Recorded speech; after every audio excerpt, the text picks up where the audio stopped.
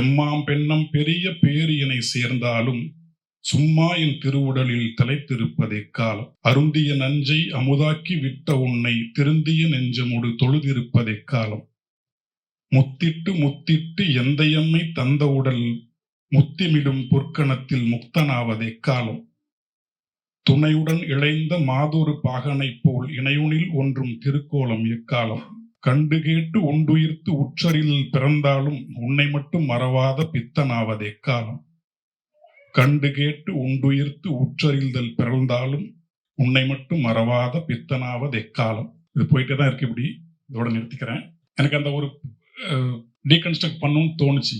அந்த மெய்யியல் என்று சொல்லக்கூடிய அந்த மெய்யியலுக்கென்றே இருக்கக்கூடிய மரபை உடைச்சிட்டு உலகியலுக்கான பாடுபொருளை வச்சு அந்த மெய்யியல் நடையில எழுதணுங்கிறது தான் இந்த இது.